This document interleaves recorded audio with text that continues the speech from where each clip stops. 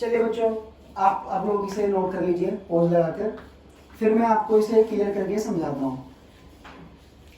सबसे पहले हम लोग बात करेंगे स्टेट फंक्शन की। देखिए, मान लीजिए कोई भी रिएक्शन है या कोई भी प्रोसेस है, उसके बारे में हम लोग स्टेट फंक्शन और पाथ फंक्शन के बारे में पढ़ने जाएंगे। सबसे पहले एक छोटी सी बात पर आपको नजर रखनी है। स्टेट फंक्शन क्या है? State function depend only on initial and final state. बात क्लियर? साथ ही साथ पाथ फंक्शन क्या है? It depend on a path of a process या फिर पाथ ऑफ अ रिएक्शन। अब स्टेट फंक्शन के जो एग्जांपल है वो है delta H, delta we, delta U, delta S, delta G और डेंसिटी। इसी तरह से पाथ फंक्शन जो है हमारा, उसके जो एग्जांपल हैं वर्क एंड हीट। अच्छा, स्टेट फंक्शन और पाथ फंक्शन के बारे में मैं आपको समझाऊंगा, लेकिन उससे पहले मैं आपको एक बात बताना चाहता हूं, ध्यान से समझिएगा। देखिए, स्टेट फंक्शन जो है हमारा, इसके एग्जांपल नीट और जेईई में आ जाते हैं। ऑप्शन बना देगा 4 और पूछेगा इनमें से कौन सा स्टेट फंक्शन नहीं है। बात समझ में आ गई? कई बार क्वेश्चन आ चुके हैं। या ऑप्शन 4 बना देगा, कहेगा इनमें से कौन सा पाथ फंक्शन नहीं है। तो स्टेट फंक्शन वो है, जो स्टेट फंक्शन मैंने बताया आपको क्या है, वो जो इनिशियल और फाइनल पॉइंट पे ही डिपेंड करेगा, पाथ पर डिपेंड नहीं करेगा। और पाथ फंक्शन क्या है, मैंने बताया आपको, सिर्फ पाथ पे डिपेंड करेगा, इनिशियल और फाइनल पॉइंट पे डिपेंड नहीं करेगा। फॉर एग्जाम्पल मैं आपको समझाता हूँ। जैसे मान लीजिए मैंने आपके सामने 2 पॉइंट ले लिए। एक मैंने ले लिया इनिशियल पॉइंट, ये मैंने इनिशियल पॉइंट ले लिया ए। डन। इसी के साथ मैंने एक फाइनल पॉइंट लिया है और ये फाइनल पॉइंट है बी। बात क्लियर? अब अगर मैं ए से बी पर डायरेक्ट जाता हूं, तो सपोज करो मैंने वर्क करा और वर्क जो है वो है W1। अब यहीं पर आप एक बात ध्यान समझेंगे। अब इधर जो मैं वर्क करूंगा वो ऐसे घूम के कर रहा हूं, दूसरे पाथ पर ऐसे घूम के जा रहा हूं, ऐसे। सपोज करो ये बी पॉइंट है और फिर इस तरह से घूम करके मैं आया, सॉरी ये सी पॉइंट, आई पॉइंट मान लो, इंटरमीडिएट पॉइंट, और ये मैं इधर आ गया बी पर। यहां पर मैंने करा वर्क 2। अब एक बात ध्यान से समझिए, अगर ए से बी पे मैं डायरेक्ट जाऊं या घूम कर जाऊं, अगर वैल्यू सेम आई तो वो इनिशियल और फाइनल पे ही डिपेंड करेगी, पाथ पे नहीं। ऐसा फंक्शन स्टेट फंक्शन होगा। और अगर ऐसा नहीं होता है तो वो पाथ फंक्शन होगा। फॉर एग्जांपल, अगर मैं ए से बी पर गया, ए से बी पर मैं डायरेक्ट गया और मेरा वर्क हुआ W1। इसी तरह से जब मैं घूमकर आया तो मेरा जो वर्क हुआ वो हुआ W2। और अब मैं ये पा रहा हूं कि W1 और W2 एक्सपेरिमेंटली देखा गया कि दोनों की वैल्यू अलग है, यानी कि W1 और W2 इक्वल नहीं है। यानी कि हुआ क्या कि W1 से W2 बड़ा है। यानी कि अगर मैं A से B पर इनिशियल पॉइंट और फाइनल पॉइंट पे जब मैं डायरेक्ट पहुंचा तो जो वर्क हुआ, और मैंने पाथ जब चेंज किया तो जो वर्क हुआ वो दोनों अलग अलग है। यानी कि ये पाथ पे डिपेंड किया, डायरेक्ट पाथ छोटा था तो वर्क कम हुआ, और जो इनडायरेक्ट पाथ था वो बड़ा था तो वर्क ज्यादा हुआ। तो यानी कि वर्क पाथ के चेंज होने पर वर्क चेंज हो गया, इसलिए वर्क को मैं पाथ फंक्शन कहूंगा, क्योंकि वो पाथ पर डिपेंड कर रहा है। ऐसे ही मैं एक सेम सिचुएशन ले लेता हूं।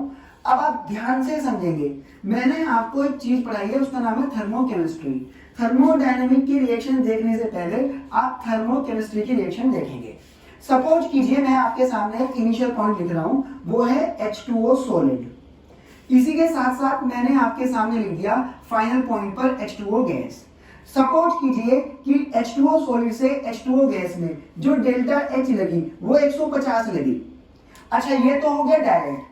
अब अगर मैं H2O सॉलिड से पहले H2O लिक्विड बनाऊं, उसके बाद मैं H2O गैस बनाऊं, यानी कि अगर मैं H2O सॉलिड से H2O लिक्विड में गया तो मान लीजिए 100 एनर्जी लगी, लेकिन मैंने पाया लिक्विड से गैस जाने पर 50 लगी। यानी कि वर्क के केस में मैंने एक चीज देखी थी कि मैं यहां से डायरेक्ट गया और घूम के गया तो दोनों में वर्क अलग अलग हुआ। लेकिन यहां पर मैं क्या देख रहा हूं, आपने पढ़ा होगा हेस लॉ। मैंने आपको थर्मोकेमिस्ट्री के अंदर हेस लॉ समझाया है। हेस लॉ जो मैंने समझाया था एनर्जी कंजर्वेशन कांस्टेंट वाला, जो मैंने आपको ए से बी, बी से सी, सी से डी वाला कराया था, बहुत सारे मैंने क्वेश्चन भी उस पर कराए हैं। तो यहाँ आप समझ सकते हैं कि ए से बी पे जो एनर्जी लगी डायरेक्ट 150, घूम करके 100 यहाँ लगी, 50 ये लगी, तो घूम करके भी 150 लगी, यानी कि डायरेक्ट पार्ट पे जो वैल्यू आई डेल्टा एच मतलब 150, ठीक है, इसे मैंने डेल्टा एच कहा। और घूम करके जो आई मान लीजिए इसे मैंने डेल्टा H1 कहा, इसे मैंने डेल्टा H2 कहा, तो घूम करके जो आई डेल्टा H1 और डेल्टा H2 वो दोनों क्या है, ये 100 और ये 50, यानी कि डायरेक्ट पाथ पर और घूमकर पाथ पर, यानी कि पाथ 1 जो ब्लैक वाला है और पाथ 2 जो डायरेक्ट घूम करके आया, इन दोनों सिचुएशन पर एनर्जी सिमिलर आई। तो यानी कि पाथ ए और पाथ बी पर, पाथ ए पर भी वैल्यू 150 थी और पाथ बी पे भी टोटल वैल्यू 150 है, यानी कि इनिशियल और फाइनल पॉइंट सेम रहे, पाथ चेंज होने पर वैल्यू 150 ही रही, यानी कि जो इनिशियल और फाइनल पॉइंट पे डिपेंड करेंगे उन्हें कहेंगे स्टेट फंक्शन, बात क्लियर। और जो पाथ के चेंज होने पे वैल्यू चेंज हो जाएगी उन्हें कहेंगे पाथ फंक्शन। अच्छा, अब एक बात आप ध्यान से समझेंगे, स्टेट फंक्शन और पाथ फंक्शन के बारे में एक और मैं बात आपको बता देता हूं। देखिए, किसी भी फंक्शन को मान लीजिए मैं ऐसे करके लिख दूं, सपोज कीजिए डेल्टा एच, तो मैं इसे लिखूंगा H2 माइनस H1, तो समझ जाइएगा अगर मैं ऐसे करके लिख रहा हूं तो ये मेरा क्या होगा, स्टेट फंक्शन। डेल्टा यू मैं क्या लिखूंगा इसे, U2 minus U1। Delta U क्या है मैं बता दूंगा आगे आने वाली क्लासों में। डेल्टा यू है हमारा change in internal energy, delta H है मेरा change in enthalpy, delta B change in volume, delta S change in entropy, आगे पढ़ाया जाएगा, delta G change in Gibbs free energy, और डी फॉर डेंसिटी। अब जरा ध्यान समझेंगे, पाथ फंक्शन के एग्जांपल थे वर्क एंड हीट। अब जरा ध्यान से समझेंगे, मान लीजिए मैंने डेल्टा एच को मैंने 2 माइनस 1 लिखा, डेल्टा को मैंने यहाँ पे 2 माइनस 1 लिखा, लेकिन अगर मैं डेल्टा डब्ल्यू लिख दूं या डी डब्ल्यू लिख दूं तो उस सिचुएशन में सिर्फ डब्ल्यू ही लिखूंगा। तो ये पाथ फंक्शन की पहचान है, पाथ फंक्शन में डेल्टा 2 माइनस 1 में नहीं खुलता है, जबकि स्टेट फंक्शन में ही ऐसा होता है। अब जरा ध्यानपूर्वक फटाफट से एक एग्जांपल समझाता हूं, ध्यान से समझिएगा। देखिए, मैंने पाया कि अगर मैं ए से बी, ये ए पॉइंट, ये बी पॉइंट और ये सी पॉइंट, अगर मैं डायरेक्ट जाऊं या ऐसे घूम करके जाऊं, तो मैंने पाया यहाँ पे जो वर्क था ये W1 और W2, तो मैंने पाया वर्क W बराबर W1 प्लस W2, ये दोनों इक्वल नहीं थे, यानी कि घूम के जाऊं डायरेक्ट जाऊं इक्वल नहीं थे, यानी कि इनिशियल और फाइनल पॉइंट इक्वल नहीं थे, इसलिए मैं इसे क्या कहूंगा, इसे मैं कहूंगा पाथ फंक्शन। लेकिन डेल्टा एच के केस में मैंने क्या पाया कि जब मैं ए से सी पर गया और यहाँ से बी से ए से बी और सी ए से सी पर डायरेक्ट गया और घूम करके गया, तो मैंने पाया यहाँ जो डेल्टा एच है, यहाँ जो डेल्टा H1 है, यहाँ जो डेल्टा H2 है, तो मैंने पाया डेल्टा एच बराबर delta H1 plus delta H2 के, यानी कि मैं डायरेक्ट जाऊं घूम के जाऊं वैल्यू क्या आई, सिमिलर आई, तो इसे मैं स्टेट फंक्शन कहूंगा। बात क्लियर, इसे मैं स्टेट फंक्शन कहूंगा। स्टेट फंक्शन पाथ पे डिपेंड नहीं करता है। तो स्टेट फंक्शन के बारे में मैंने आपको एक छोटी सी नॉलेज दी है, उसे आपको ध्यान में रखना है। State function depend only on initial and final state. Example इसके याद रखने हैं आपको। पाथ फंक्शन डिपेंड करेगा पाथ पर, इसके एग्जांपल है वर्क एंड हीट, ये भी आपको ध्यान में रखना है। अब मैं आपको बताने जा रहा हूँ प्रोसेस के बारे में। प्रोसेस क्या होता है ध्यान से समझिए। मैंने आपको थर्मोडायनेमिक वेरिएबल बताए थे, प्रेशर है, वॉल्यूम है, टेम्परेचर है ना, हीट है, तो ये सब मेरे क्या थे, थर्मोडायनेमिक वेरिएबल। किसी भी सिस्टम के अंदर, मान लीजिए ये एक सिस्टम है, ठीक है, मान लीजिए ये एक सिस्टम है, किसी भी सिस्टम के अंदर किसी भी एक थर्मोडायनेमिक वेरिएबल को चेंज करने से उसकी स्टेट चेंज हो जाती है। अगर मैं सिर्फ प्रेशर चेंज कर दूं तो इसे भी मैं एक प्रोसेस कहूंगा, अगर सिर्फ वॉल्यूम चेंज करूं तो इसे भी मैं प्रोसेस कहूंगा, टेम्परेचर चेंज करूं इसे भी मैं प्रोसेस कहूंगा। किसी भी एक थर्मोडायनेमिक वेरिएबल का चेंज होना प्रोसेस कहलाता है, क्योंकि किसी भी थर्मोडायनेमिक वेरिएबल के चेंज होने से मैटर की स्टेट चेंज हो जाती है। स्टेट का मतलब ये नहीं कि सॉलिड से गैस बन जाए। देखिए, स्टेट का मतलब क्या है, जैसे मान लीजिए ये गैस है, बात क्लियर, ये गैस है, गैस ए, मैंने इसका टेम्परेचर जो है, इसका टेम्परेचर 25 डिग्री सेल्सियस था, मैंने 25 से हटा के इसका 525 कर दिया, तो अब ये जो मॉलिक्यूल थे जो 25 डिग्री सेल्सियस पे थे, अब 525 पर आने पर इनमें मोशन बहुत ज्यादा होगी। मान लीजिए मैं कह रहा हूं ये जो है ये 25 डिग्री सेल्सियस पर है, अब मैंने क्या काम करा, इसी गैस का टेम्परेचर कर दिया 525। 525। 525 करने पर जो अंदर वाली जो गैस है, अब इस गैस में आप हाथ दो और इस गैस में आप हाथ दो, दोनों में हीट आपको अलग अलग फील होगी। यानी कि यहाँ पर जो गैस है इस गैस ए का और यहाँ पर जो गैस है ए 525 पर, दोनों के नेचर में डिफरेंट है। इसकी स्टेट अलग है, इसकी स्टेट अलग है। इसके मॉलिक्यूल की काइनेटिक एनर्जी कम है, इसके मॉलिक्यूल की काइनेटिक एनर्जी ज्यादा है। तो सिंपल सीधी बात है, टेम्परेचर के चेंज होने से इसकी स्टेट में चेंज आ गया। इस चीज को हम कहेंगे थर्मोडायनेमिक वेरिएबल। तो किसी भी एक थर्मोडायनेमिक वेरिएबल को चेंज करने से मैटर की स्टेट चेंज हो जाती है। इस चीज को हम लोग कहते हैं प्रोसेस। किसी भी एक थर्मोडायनेमिक वेरिएबल के चेंज होने से, किसी भी एक थर्मोडायनेमिक वेरिएबल का चेंज होना प्रोसेस कहलाता है। अब कुछ प्रोसेस को हम लोग याद करेंगे और उनकी कंडीशन पर फोकस करेंगे। अब कुछ प्रोसेस को हम लोग याद करेंगे और उनकी कंडीशन पर फोकस करेंगे। फॉर एग्जाम्पल, ध्यान पूर्वक आप लोग समझेंगे। सबसे पहले मैं आपको समझा देता हूं। प्रोसेस के अंदर लिखा है process if any thermodynamic variable is change. Process क्या है? If any thermodynamic variable is change. अब जरा ध्यान से समझेंगे इसके बारे में। सबसे पहले आता है types of process. Type of process में सबसे पहले है आइसोथर्मल प्रोसेस। अगर मैं आइसोथर्मल प्रोसेस की बात करूं तो आप ध्यान रखेंगे, यहाँ पर आइसोथर्मल प्रोसेस में आप ध्यान रखेंगे इस जगह पर कि यहाँ पर टेम्परेचर कांस्टेंट होता है। टेम्परेचर कांस्टेंट का मतलब है चेंज इन टेम्परेचर जीरो होगा, चेंज इन टेम्परेचर जीरो होगा। अब आइसोथर्मल प्रोसेस के लिए मैं दो तीन बातें और आपको बताना चाहूंगा। सबसे पहली बात ध्यान रखिए, आइसो मतलब होता है सेम, थर्मल मींस टेम्परेचर, यानी कि टेम्परेचर को कांस्टेंट रखते हुए किसी भी थर्मोडायनेमिक वेरिएबल को अगर आप चेंज करेंगे तो उसको हम क्या कहेंगे? आइसोथर्मल। आइसो मतलब सेम, थर्मल मींस टेम्परेचर, यानी कि टेम्परेचर को कांस्टेंट रखना है और किसी भी थर्मोडायनेमिक वेरिएबल को चेंज करेंगे तो उसे आइसोथर्मल प्रोसेस कहेंगे। किसी और टेम्परेचर को सेम रखो, प्रेशर चेंज कर दो, टेम्परेचर को चेंज करो या फिर वॉल्यूम चेंज कर दो तो उसे हम कहेंगे thermodynamic process, thermal isothermal process.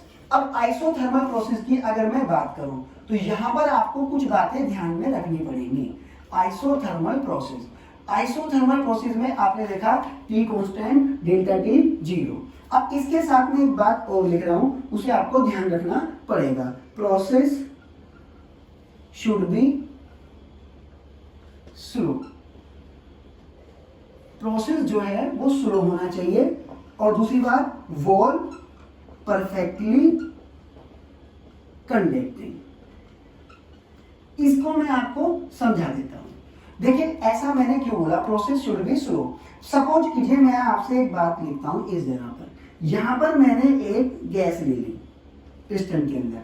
मान लीजिए इस गैस को मैंने गैस ए कहा, ठीक। मैंने एक गैस ले ली,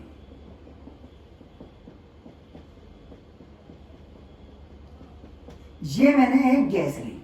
अब मैंने आपके सामने एक गैस ए रख दी है, उसको ध्यान में रखेंगे आप। मैंने आपके सामने एक गैस लिखी है, इस गैस को मैं गैस ए कहूंगा।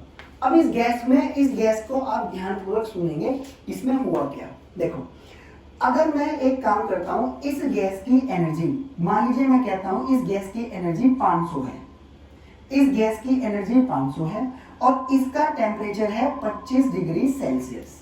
डन। अब सपोज कीजिए इस पिस्टन को मैंने तेजी से दबाया। अब ये जो पिस्टन आप देख रहे हैं यहाँ पर, अब मैं इस पर वर्क करने जा रहा हूँ, ध्यान समझिए।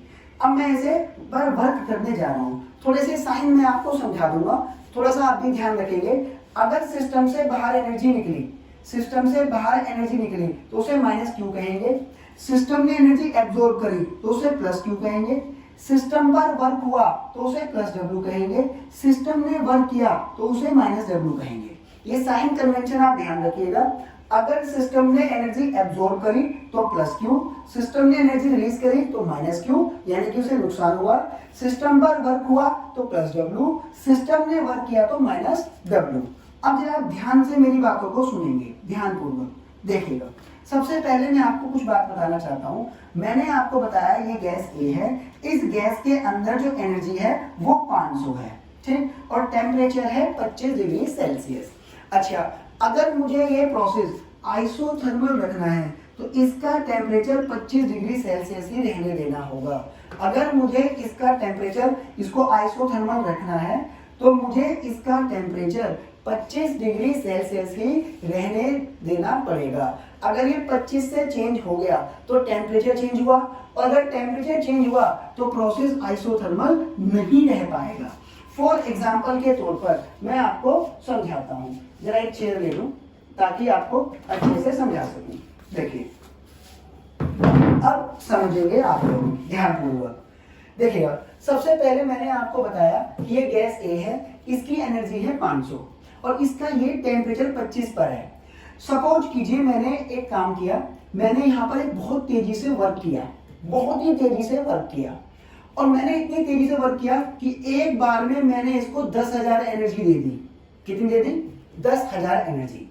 ऐसे समझिए, मान लीजिए मैं किसी कंपनी का एम्प्लॉय हूं, मेरे मालिक ने कहा अंशुल भाई तुम्हें ना इसके अंदर 10,000 एनर्जी प्रोड्यूस करनी है, वर्क के द्वारा 10,000 एनर्जी देनी है इस सिस्टम को, लेकिन इस तरीके से देनी है कि इसका टेम्परेचर चेंज ना हो।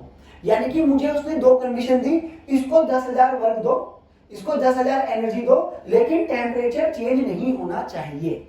अब मुझे क्या था, मुझे जल्दी जाना था, मेरी घरवाली का फोन आया कि भाई जल्दी आ जाओ। अब मैंने क्या काम करा, मैंने 1 सेकंड में पिस्टन को बहुत तेजी से नीचे करा, इस पिस्टन को बहुत तेजी से नीचे करा और 1 सेकंड में 10,000 एनर्जी दे दी। जब मैंने 10,000 एनर्जी 1 सेकंड में दी, अब ये जो वॉल है, ये वॉल देखिए, सिस्टम के अंदर किसी आज तक कोई भी ऐसी वॉल नहीं बनी जो परफेक्टली कंडक्टिंग हो। परफेक्टली कंडक्टिंग वॉल आज तक नहीं बनी। मान लीजिए मैंने 1 सेकंड में 10,000 joule energy, kilo joule energy से दे दी। हुआ क्या कि मैंने 1 सेकंड में से 10,000 एनर्जी दी, और ये जो वॉल है इसकी औकात है, इसकी औकात है 1 सेकंड में मैक्सिमम 500 या मैक्सिमम 1000 एनर्जी बाहर निकालना। कितनी एनर्जी बाहर निकालना? 1000 मैंने ज्यादा लिख दी। 1 सेकंड में 10 एनर्जी बाहर निकालना। कितनी एनर्जी बाहर निकालना? 10। अब मैंने 1 सेकंड में ऊपर से 10,000 एनर्जी दी, और बाहर कितनी निकली? बाहर निकली 10। बाहर निकली 10 दी मैंने कितनी? 10,000। और बाहर कितनी निकली? 10। तो बची कितनी? आप लोग जानते हो, 9990। अब मेरी बात को ध्यान समझना। मान लीजिए कमरा है, उस कमरे में मैंने एसी लगा दिया, कमरा ठंडा होगा। कमरा ठंडा होगा तो उसका टेम्परेचर भी गिरेगा। भाई अगर मैं किसी कमरे में एसी लगा दूं तो होगा क्या? कमरा ठंडा होगा। ठंडा होगा तो इसका मतलब क्या? उसका टेम्परेचर गिर गया। और अगर मैं उसी कमरे में हीटर लगा दूं तो टेम्परेचर बढ़ा, क्योंकि हीटर क्या करेगा? एनर्जी फेंकेगा। हीटर कमरे के अंदर एनर्जी फेंकेगा, और जो एनर्जी फेंकेगा तो क्या होगा? कमरे का टेम्परेचर बढ़ेगा और मुझे गर्मी लगेगी। मेरी बात समझे? यानी कि अगर मैं इस कमरे के अंदर हीटर लगाऊं तो वो इसके अंदर एनर्जी फेंकेंगे, और एनर्जी अगर फेंकेंगे तो कमरे का टेम्परेचर बढ़ेगा। यहां क्या हुआ? मैंने 1 सेकंड के अंदर 10,000 एनर्जी दी, और उसी सेकंड में सिर्फ 10 एनर्जी बाहर निकली, तो 9,990 एनर्जी इसके अंदर स्टोर हुई। अब इसके अंदर अगर एनर्जी बढ़ेगी, अगर इसके अंदर एनर्जी बढ़ेगी तो जाहिर सी बात है टेम्परेचर भी बढ़ेगा, और अगर टेम्परेचर बढ़ेगा तो प्रोसेस आइसोथर्मल नहीं रह पाएगा। प्रोसेस आइसोथर्मल नहीं रह पाएगा, क्योंकि मुझे मेरे मालिक ने ये कहा था, ध्यान समझिए, मुझे मेरे मालिक ने ये कहा था अंशुल भाई 10,000 एनर्जी इसको दे दो, लेकिन ध्यान रखना टेम्परेचर चेंज ना हो। अगर मैं 1 सेकंड में 10,000 एनर्जी देता हूं, उसी सेकंड में ये वॉल परफेक्टली कंडक्टिंग ना होने के कारण, क्योंकि कोई भी वॉल आज तक परफेक्टली कंडक्टिंग नहीं बनी, तो उस सेकंड में सिर्फ 10 एनर्जी बाहर निकल पाई। तो मैंने 10,000 दी, 10 एनर्जी बाहर निकली, तो 9,990 एनर्जी इसके अंदर बढ़ी, और इसके अंदर अगर 9,990 एनर्जी बढ़ी तो एनर्जी बढ़ी तो टेम्परेचर बढ़ा, और टेम्परेचर बढ़ा तो प्रोसेस आइसोथर्मल नहीं रह पाएगा। इस सिचुएशन में क्या करेंगे? ध्यान समझिए। इस सिचुएशन में मैं क्या करूंगा? मुझे अब ये चीज समझ में आ गई कि प्रोसेस अगर आइसोथर्मल रखना है तो मुझे इसे 10-10 करके एनर्जी देनी पड़ेगी। मैंने 1 सेकंड में 10 एनर्जी दी, 10 एनर्जी यहां से बाहर निकली, तो जितनी एनर्जी आई उतनी एनर्जी यहां से बाहर निकल गई, तो एनर्जी अंदर स्टोर नहीं हुई, तो इसका मतलब एनर्जी नहीं बढ़ी। एनर्जी नहीं बढ़ी तो प्रोसेस आइसोथर्मल रहा। इसी तरीके से अब मैं अगर 10-10 करके एनर्जी दूंगा, 10-10 करके अगर एनर्जी दूंगा तो काम मेरा तेज हुआ, स्लो हुआ? अगर मैं 10,000 एक सेकंड में दे देता तो एक सेकंड में फ्री हो जाता। अब मैं 10-10 करके दूंगा तो यानी कि मुझे देर लगेगी या काम मेरा एकदम हुआ, तो मुझे देर लगी, इसलिए मैंने कहा प्रोसेस शुड बी स्लो। क्योंकि अगर मान लीजिए मेरे को किसी ने कहा कि इसको 1 लाख जूल एनर्जी दे दो या 1 करोड़ जूल एनर्जी दे दो, अब मैं से 1 करोड़ जूल एक ही बार में एनर्जी दे दूं और ये 1 करोड़ जूल एक बार में बाहर ना कर पाए, तो उसका मतलब अंदर एनर्जी बढ़ी तो प्रोसेस क्या होगा, प्रोसेस एनर्जी बढ़ी तो टेम्परेचर बढ़ा और टेम्परेचर बढ़ा तो प्रोसेस आइसोथर्मल नहीं रह पाएगा। इसलिए आइसोथर्मल लाने के लिए मुझे प्रोसेस को थोड़ा सा क्या करना पड़ेगा, प्रोसेस को थोड़ा सा स्लो करना पड़ेगा। कैसे? क्योंकि ये वॉल परफेक्टली कंडक्टिंग नहीं है, ये वॉल सिर्फ कंडक्टिंग है, क्योंकि आज तक कोई भी मटेरियल परफेक्टली कंडक्टिंग नहीं बना। तो मैं इसे 10 एनर्जी दूंगा ताकि ये 10 एनर्जी बाहर करे, यानी कि प्रोसेस शुड बी स्लो। और ध्यान रखना वॉल परफेक्टली कंडक्टिंग, देखिए अगर मैं वॉल इंसुलेटिंग ले लूं, देखो परफेक्टली कंडक्टिंग तो वॉल होती नहीं, अगर मैं वॉल इंसुलेटिंग ले लूं, सपोज करो मैंने वॉल इंसुलेटिंग कर ली, इंसुलेटिंग का मतलब है कि कुछ भी एनर्जी बाहर नहीं जाएगी, तो ऐसा करने पर कभी भी प्रोसेस आइसोथर्मल नहीं रह पाएगा, क्योंकि मैं इस पे काम तो करूंगा ही। अब मैंने वॉल इंसुलेटिंग ले ली, मैंने एक काम किया 10 एनर्जी दी, मैंने 10 एनर्जी दी भाई, मैंने इसे 10 एनर्जी दे दी। अब मैंने 10 एनर्जी दे दी और ये बाहर कुछ निकाल नहीं पाया, तो इसकी एनर्जी पहले 500 थी, 10 का मैंने वर्क करा तो इसकी एनर्जी 510 हो गई, तो 500 से 510 हुई, एनर्जी बढ़ी तो टेम्परेचर बढ़ा तो प्रोसेस आइसोथर्मल नहीं रह पाएगा। यानी कि वॉल को मुझे कंडक्टिंग लेना पड़ेगा ताकि जितना मैं काम करूं उतनी एनर्जी बाहर जा सके। मेरी बात समझे? और मुझे ये बात ध्यान रखनी पड़ेगी कि उसकी औकात कितनी है। अगर मान लीजिए इसकी औकात सिर्फ 10 एनर्जी बाहर निकालने की है तो एक टाइम में मैं सिर्फ इसे 10 की एनर्जी दूंगा। तो ध्यान रखना, सीधी सी बात है, मान लीजिए मुझे इसको 1 करोड़ एनर्जी देनी है तो 1 करोड़ में एक सेकंड में नहीं दूंगा, मैं 10-10 करके दूंगा, क्योंकि अगर मुझे इसको आइसोथर्मल रखना है तो इसकी एनर्जी को चेंज नहीं होने देना, इसकी एनर्जी को चेंज नहीं होने दिया जाएगा। इसलिए इसकी एनर्जी 500 है और ये एक सेकंड में 10 बाहर निकाल सकता है, तो इसलिए मैं एक सेकंड में 10 दूंगा, 10 यहाँ से बाहर निकलेगी। जिस सेकंड में मैं 20 दे दूंगा उस सेकंड में यहाँ से 10 बाहर निकली, एनर्जी 500 से 510 हुई, एनर्जी चेंज हुई, टेम्परेचर चेंज हुआ, प्रोसेस आइसोथर्मल नहीं रह पाया। यानी कि एक ही झटके में सारा काम नहीं कर सकता, मुझे तोड़ के काम करना पड़ेगा। प्रोसेस शुड बी स्लो और वॉल परफेक्टली कंडक्टिंग। इसी तरह से अब लोग आप आगे की बात को ध्यान से समझेंगे। देखिए समझने की कोशिश आप लोग करेंगे। यहां देखिए, जैसे मान लीजिए अब मैं आपके सामने करता हूं आइसोथर्मल के बाद अगले प्रोसेस की बात। अगला जो प्रोसेस आप देख रहे हैं वो है आइसोकोरिक। आइसोकोरिक में ध्यान रखिएगा, आइसोकोरिक में वॉल्यूम कांस्टेंट रखना है। आइसो मतलब सेम, कोरिक मतलब वॉल्यूम। वॉल्यूम को सेम रखते हुए किसी भी एक वेरिएबल को आप चेंज कर दीजिए, आइसोथर्मल प्रोसेस हो जाएगा। तो आइसोकोरिक में वॉल्यूम कांस्टेंट रखना है, डेल्टा वी 0। इसी तरह आइसोबारिक, आइसो मतलब सेम, बारिक मतलब प्रेशर। आइसोबारिक मतलब प्रेशर को कांस्टेंट रखकर किसी भी एक थर्मोडायनेमिक वेरिएबल को आप चेंज कर दीजिए, उसे हम कहेंगे आइसोबारिक प्रोसेस। तो ध्यान रखिए, आइसोथर्मल टेम्परेचर कांस्टेंट, दो कंडीशन ध्यान रखनी है। कौन सी? Process should be slow and wall is perfectly conducting. जितनी ज्यादा कंडक्टिंग मिल सके, परफेक्टली तो कोई होती नहीं है। अच्छा, आइसोकोरिक ध्यान रखेंगे आप, वॉल्यूम कांस्टेंट। आइसोबारिक ध्यान रखेंगे आप, प्रेशर कांस्टेंट। अब मैं आपको समझाने जा रहा हूं एडियाबैटिक प्रोसेस। एडियाबैटिक प्रोसेस क्या है? No heat transfer between system and surrounding. No heat transfer between system and surrounding. ध्यान समझिएगा, एडियाबैटिक प्रोसेस कौन सा है? No heat transfer between system and surrounding. Q equals to में 0। इसका मतलब क्या है? ध्यान समझिए, एडियाबैटिक प्रोसेस की भी अगर मैं बात करूं, एडियाबैटिक प्रोसेस की भी अगर मैं बात करूं, एडियाबैटिक प्रोसेस में भी आपको दो बातें ध्यान रखनी पड़ेंगी। ध्यान समझिएगा, एडियाबैटिक प्रोसेस में भी आपको दो बातें ध्यान में रखनी पड़ेंगी। पहली बात ध्यान से सुनेंगे आप लोग। देखिए, एडियाबैटिक प्रोसेस में आपको दो बातें ध्यान रखनी पड़ेंगी जो मैंने आपको बताई। ध्यान सुनेंगे। सबसे पहली बात आप ध्यान रखेंगे यहाँ पर, process should be fast. Process should be fast, process तेज होना चाहिए। सेकंड बात, प्रोसेस तेज होना चाहिए, प्रोसेस शुड बी फास्ट। और सेकंड जो बात है, wall perfectly conduct, wall perfectly insulating, wall perfectly insulating. देखिए ध्यान से, मैं आपको समझाता हूँ, ध्यानपूर्वक आपको मेरी बात को सुनना है। बात क्लियर? देखिएगा किस तरीके से। सपोज कीजिए जैसे मैं आपको समझाता हूँ, देखिएगा इसकी बैटरी खत्म हो गई है, रुकिए एक मिनट से निकाल देता हूँ। अगर बैटरी खत्म हो गई है तो अब ध्यानपूर्वक आप मेरी बात को सुनेंगे। देखिएगा, तो सबसे पहली बात मैंने आपको बताई, वॉल परफेक्टली इंसुलेटिंग। इसका क्या मतलब है, ध्यान समझेंगे। तो एडियाबैटिक प्रोसेस के लिए process should be slow and wall perfectly insulating. देखिए सबसे पहले आप ध्यान से समझेंगे क्या करना है। मान लीजिए मैंने एक सिस्टम बना दिया। अब ध्यान से समझेंगे, इंसुलेटिंग वॉल बनानी थी, ध्यान से सुनेंगे आप लोग। पिस्टन हो गया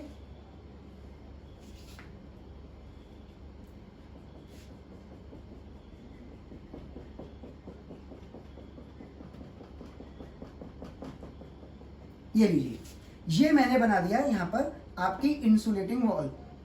अब जो मैंने इंसुलेटिंग वॉल आपके सामने बनाई है, इसमें मैंने गैस ए ले ली, गैस ए मैंने इसके अंदर ले ली है। अब आप ध्यान समझिए होगा क्या। सपोज कीजिए मैं कहता हूं इसकी एनर्जी है 500। अब इसके अंदर मुझे एक काम करना है, ना तो हीट अंदर आए और ना ही हीट बाहर जाए, ना ही हीट अंदर आए और ना ही हीट बाहर जाए। मेरा इसके अंदर एक ही काम है, ना तो हीट इसके अंदर जाए और ना ही हीट इसके बाहर जाए। अब मैं आपको यहां पर एक दो बातें समझाता हूं, तो ध्यान समझिए। देखिए सपोज कीजिए मैं आपको एक बात क्लियर करता हूं, process should be fast. Process fast क्यों, मैं बताता हूं। आपने एक चाय थर्मोफ्लास्क सुना होगा, थर्मोफ्लास्क। थर्मोफ्लास्क क्या होता है, जिसके अंदर हम गर्म चाय भरते हैं। अब जब हम उसके अंदर गर्म चाय भरते हैं, ध्यान समझना, तो उस गर्म चाय को हम लोगों को 6 से 8 आवर में पी लेना चाहिए, या 6 से 8 दिन तक वो गर्म रहेगी। 6 से 8 दिन तक वो गर्म रहेगी। भाई थर्मोफ्लास्क होता है जिसमें हम गर्म चाय भरते हैं। सपोज कीजिए मैंने आपसे कहा, आपने मुझे एक थर्मोफ्लास्क दिया, ठीक, आप उसमें गर्म चाय भर के लेके आए कि सर जी ये गर्म चाय है, तो मैं उसे 6 से 8 घंटे के अंदर पी लूं या 6 से 8 दिन बाद पीऊं। अगर मैं 6 से 8 दिन के अंदर पीता हूं तो मुझे चाय गर्म मिलेगी, और अगर मैं 8 दिन बाद पीता हूं तो चाय ठंडी मिलेगी। इसका मतलब क्या है कि कोई भी वॉल परफेक्टली इंसुलेटिंग नहीं है। अगर परफेक्टली इंसुलेटिंग होती तो बहुत ही अच्छा होता। मेरा रूम है, मुझे बार बार उसमें एसी चलाना पड़ता है। सपोज के लिए मैं क्या करता, अगर परफेक्टली इंसुलेटिंग होती तो मैं कमरे के चारों तरफ इंसुलेटिंग वॉल लगा देता, एसी चलाता 10 मिनट, कमरा ठंडा हो जाता, उसके बाद एसी जिंदगी भर के लिए बंद कर देता। तो कोई भी वॉल परफेक्टली इंसुलेटिंग नहीं है। आपका एग्जांपल दिया थर्मोफ्लास्क के अंदर, आप गर्म चाय भर के लाए, 4-6 घंटे में अगर आप पिएंगे तो गर्म मिलेगी, 8 दिन बाद पिएंगे तो ठंडी मिलेगी। इसका मतलब है कि यहाँ से थोड़ी थोड़ी एनर्जी बाहर निकलती है, क्योंकि कोई भी वॉल परफेक्टली इंसुलेटिंग नहीं होती। अब मान लीजिए इसकी 500 एनर्जी है, ठीक, अब 5 घंटे बाद इसमें 500 की जगह एनर्जी, भाई थोड़ी बहुत तो बाहर निकलेगी 5 घंटे बाद, तो इसकी एनर्जी होगी 498। तो भी मैं ये कहूंगा हाँ चलो ठीक है, लगभग 500 के बराबर ही है, लेकिन 8 दिन बाद तो बहुत ही ज्यादा कम हो जाएगी। तो अब मुझे बताइए थर्मोफ्लास्क के अंदर चाहे 8 दिन बाद पीऊं या 4-5 घंटे के अंदर पीऊं, तो जवाब होगा 4-5 घंटे के अंदर। यानी कि अगर मुझे कोई काम एडियाबैटिक प्रोसेस पे करना है तो मुझे वो फास्ट करना पड़ेगा, स्लो नहीं, फास्ट करना पड़ेगा। क्योंकि अगर मैं स्लो करूंगा तो यहां से हल्की हल्की एनर्जी निकलेगी, हल्की हल्की एनर्जी निकलेगी, और वो एनर्जी एक टाइम, बहुत टाइम के बाद, मान लो 500 है, मान लीजिए 100 दिन बाद इसमें सिर्फ 100 एनर्जी बचेगी। यानी कि धीरे धीरे धीरे करके एनर्जी बाहर निकल गई, और जब एनर्जी चेंज हो गई तो प्रोसेस एडियाबैटिक कहाँ रहा।